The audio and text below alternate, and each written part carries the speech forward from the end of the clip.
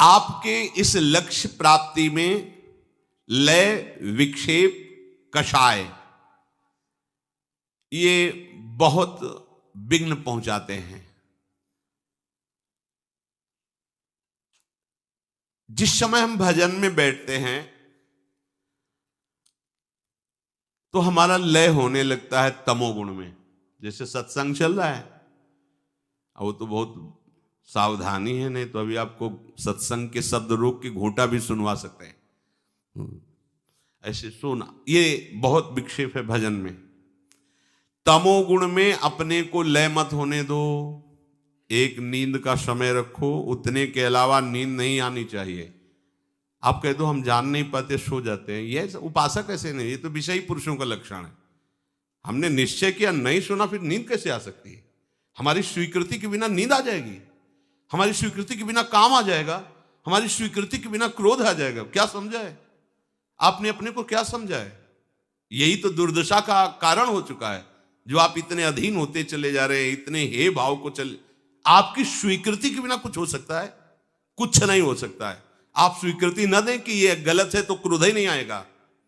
आप स्वीकृति न दें कि ये मेरा है तो ममता ही नहीं होगी। आप स्वीकृति न दें कि मैं पुरुष हूं तो भोग ही नहीं होगा। स्वीकृति आपकी स्वीकृति ही है। तो अति भोजन, ये खट्टी डकारें नहीं आनी चाहिए उपासक को। अरे कितना पाओगे? मलाई तो बनेगा, चर्बी बढ़ेगी, कितना पाओगे? पूरा जीवन होता गया पाते पाते, और रोज नए नए, फिर नया चाव, नई भूख, नई स्वाद दृष्टि। ये देखो सावधानी का है। अति भोजन विषयी पुरुष का लक्षण। शरीर पोषण के लिए अन्न डालना है। हाँ, किसी किसी की खुराक भी होती है, उसको अति भोजन में नहीं कह सकते। अब जैसे वजन ही है 30-35 किलो उसका, तो 1-2 रोटी खाएगा।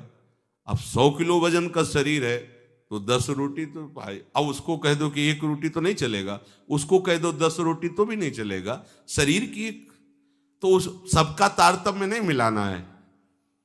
तो बहुत हल्का शरीर है, बहुत ऐसे, अब वो अगर 10 पाता है तो वो अति भोजन होता है। लेकिन शरीर के अनुसार जितने में आपको पाने के बाद यदि 1 घंटा बैठना पड़े तुरंत, तो आपको ये ना लगे कि आपका पेट भरा है। ऐसा उपासक को भोजन करना चाहिए। इससे आप लय से बच जाएंगे, जो हमें भजन में बाधा पहुंचाता है। ये लय, पहला तो अति भोजन, पकवान अति पा लेने पर फिर पाचन तंत्र पर प्रभाव पड़ता है, वो भजन नहीं होने देगा। और दूसरा है व्यर्थ चिंतन, ये लय के अंतर्गत ही आता है। अब भजन में बैठे हैं, पूर्व की बातें आ रही, बहे चले जा रहे हैं, या कोई आगे का भोग का संकल्प, बहे चले जा रहे हैं, ये किसी ने अपमान, ये सब उसी समय आएगा जब आप भजन में बैठोगे। आप जब भजन में बैठोगे, भगवत चिंतन में, ये उसी समय सब आएंगे, पूरा प्रपंच आएगा। पूर्व में किसी ने कोई कड़वी बात कह दी, अचानक जांचो उसने ऐसा कहा, फिर आपको ये लय सहना पड़ेगा। मन दे रहा है, आपको स्वीकार नहीं करनी ये बातें। दूसरों के भजन की न्यूनता दिखाएगा। हम तो सुबह इतने बजे उठते हैं, वो तो सोता रहता है, और वो ऐसे माला लेके बातें कर, हम तो भजन करते हैं, वो ऐसा वो ऐसा। ये उस समय जब भजन कर रहे हैं, बहुत सावधान। और कोई नशा करना, बोले थोड़ी चना मटरा की तरह भांग चढ़ा लो तो बोले बढ़िया ध्यान लगता है। भैया सिद्धों के काम, साधुकों के नहीं। आप इस चक्कर में न पड़ना। सिद्ध संतों की लीलाएं बड़ी विचित्र विचित्र होती है। 10 तोला संखिया जहर रोज पाते थे। उड़िया बाबा इस बात को देखने के लिए उनके पास गए और कहा, महाराज हमने सुना 10 तोला संखिया पाते हैं। हाँ, बोले आज हम आप पाते देखेंगे आपके। हाँ, बोले हमारा तो रोज करने, 4 बजे आ जाना, हम 4 बजे पीसते हैं संखिया धतूरा। वो महाराज इतने में तो 25 आदमी मर जाएंगे। आप कैसे? बोले अभ्यास। पहले दिन एक बीज ऐसे रगड़ के चाटा था, और धीरे धीरे 1 बीज, फिर 2 बीज, इतना। अब शंकर भगवान हलाहल जहर, तो आप उनकी प्रसादी, धतूर का फल चढ़ता शंकर जी में, सेव का फल चढ़े तो प्रसाद रूप में धतूर खाओगे क्या? तो ये भी देखना है कि बड़े बड़े सिद्धों की अलग अलग लीलाएं रही। इछावर में एक फक्कड़ बाबा थे, मतलब इतनी सतुआ जैसे पाई जाती थी, एक लंगोटी लगा, बड़े सिद्ध महापुरुष, बड़े सिद्ध महापुरुष, बड़े चमत्कार। साधक को ये सब नहीं करना चाहिए। आपको बिल्कुल कोई नशा नहीं, तमाकू नहीं, और ये जो दुनिया के जितने कोई भी नशा, जिसकी याद आवे ऐसा कोई व्यसन आपको, रोटी ही दाल से काम चला लो आगे। नहीं तो आजकल ज्यादा सिद्धि इसी में चल रही कि हाँ थोड़ा सा लगा। एक संत भगवान को देखा वह समय, तो हमें लगा बड़ा भजन, गंगा किनारे भ्रमण, बड़े हम अंदर से मतलब बड़ा श्रद्धा बड़ी कि हर समय से शांत से एकदम। कहा महाराज आपकी तो वृत्ति देख के ही लगता है कि डूबे। बोले पिंड नहीं छूट रहा, अफीम खाते थे वही अभ्यास में। बोले पिंड नहीं छूट रहा, अब थोड़ी अफीम चढ़ा ली उस ऐसे बेटे। हमें लगा कि मतलब ऐसी बढ़िया उन्मनी अवस्था है, मतलब हर समय अचेत रहते हैं। भैया ये सिद्धि काम नहीं करेगी भगवत प्राप्ति में, ध्यान रखो। चैतन्य होकर युद्ध करना है और समस्त विकारों पर विजय प्राप्त करना है। कोई भी व्यसन उपासक के जीवन में नहीं होना चाहिए, तो लय से बच जाएगा।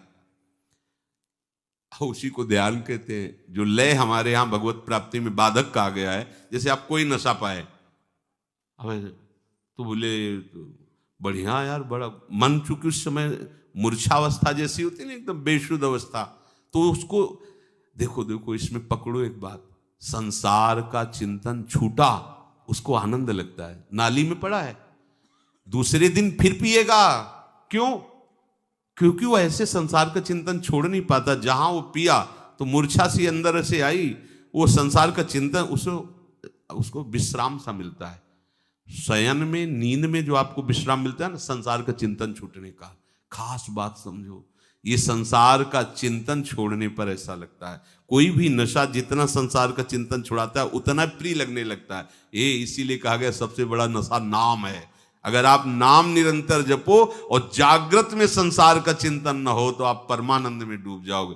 तभी तो जिसको चस्का लग गया ना इस नशे का, नाम का, नहीं जो अभी एक परिवार आया था हमें परिचय, हर समय नाम, हर समय पूरा हम बार बार उनका स्मरण करके अंदर भाव धन्य है ऐसे गृहस्थ, हर समय वो नाम, पूरा परिवार लगकर। ये देखो, ये है जीवन, ये जीवन है। हम पूरे के पूरे समय हमें भगवान ने दिया है भजन के लिए, पूरा का पूरा जीवन दिया है। हम लोग प्रमाद करते हैं। देखो गृहस्थ है और नाम निरंतर, धन्य है वो गृहस्थ, धन्य है वो भूमि, धन्य है जहाँ ऐसे जन रहते हैं जिनकी जिह्वा से हर समय ना उनको भगवान की विशेष कृपा प्राप्त है। और विशेष कृपा प्राप्त करने के लिए ये जरूरी है, जरूरी निरंतर विक्षेप। ये जो बार बार विषयों का चिंतन होता है, चिंतन के अनुसार क्रियाएं हो जाती हैं, भगवत प्राप्ति में बहुत बड़ा विक्षेप है। विषय चिंतन, विषय क्रिया, और इस विक्षेप को आप विक्षेप मानते ही नहीं हैं। नहीं तो आप क्यों करते हैं? माना स्फुरना हो सकती, पर आपसे क्रिया कैसे होती है? और जब क्रिया हो रही है तो आप साधक नहीं, साधक नहीं तो साधु समाज में फिर रहने लायक नहीं हो, बैठने लायक नहीं हो, संभाषण लायक नहीं हो। ये व्यवहार का मार्ग थोड़ी है, ये व्यवहार का मार्ग नहीं है, ये परमार्थ है। अगर आप प्रियालाल के प्रति समर्पित नहीं हो, आपके आचरण पवित्र नहीं है, आप आचरण पवित्र नहीं करना चाहते हो, आप चिदानंद तत्व में स्थित नहीं रहना चाहते हो, तो जिसने अपने सगे संबंधियों का त्याग कर दिया वो तुम्हारा कैसे साथ स्वीकार कर सकता है?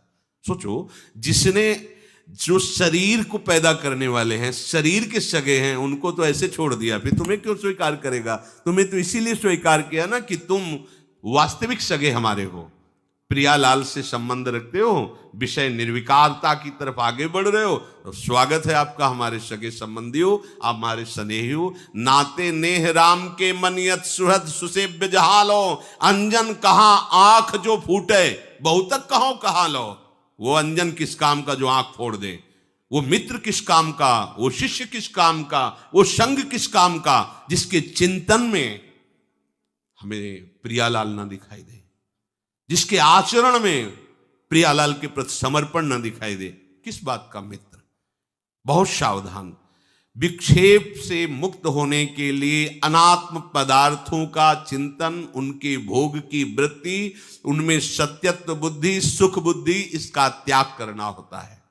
कषाय, मन के भोगों के चिंतन में लगने पर जब हम उसको हटाते हैं तो वो हमें क्लेश देता है। जो इस क्लेश को ना सह करके मन के अनुसार चल देता है उसे कषाय कहते हैं।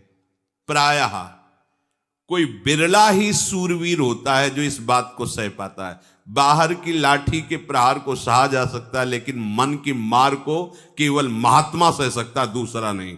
इतनी मार देता है कि अपने हाथ से फांसी लगा लेता है आदमी, अपने हाथ से जहर खा लेता है, लेकिन मन की मार नहीं सह पाता। और उसी को जो सह जाता है वो महात्मा होता है, इसलिए जगत बंधनी होता है वो। मन की मार को सह जाना ये बहुत बड़ी बात है। मन जहां नचाता है वैसे पूरी सृष्टि नाच रही है, और मन को जो प्रभु के चरणों में नचा देता है उसे महात्मा कहते हैं। और नाम में सामर्थ्य है, ये सामर्थ्य आप में जागृत नाम करेगा। भोगों से हटाने में जो क्लेश होता है उस क्लेश को मन तुम्हारे हृदय में पैदा करेगा, उसको सहो। यम ही न व्यथयन्ते ते पुरुषम पुरुषर्षभ, हे पुरुषों में श्रेष्ठ अर्जुन, जो इस मन के द्वारा दी हुई व्यथा से व्यथित नहीं होता वो परम पद का अधिकारी होता है। ये अंदर बैठा लिए बात, ये अंदर बैठालने की है। और जो उस मन की जलन को मिटाने के लिए मन पर दया करके उसकी आज्ञा के अनुसार बर्ताव करता है, वो भगवत प्राप्ति से विमुख हो जाता है। ये मन बहुत थोड़ी देर तो यार मनोरंजन चाहिए ना, हाँ यही तो चाह रहा है वो। थोड़ी देर दो, पूरी सामग्री 24 घंटे के लिए जमा कर लेगा।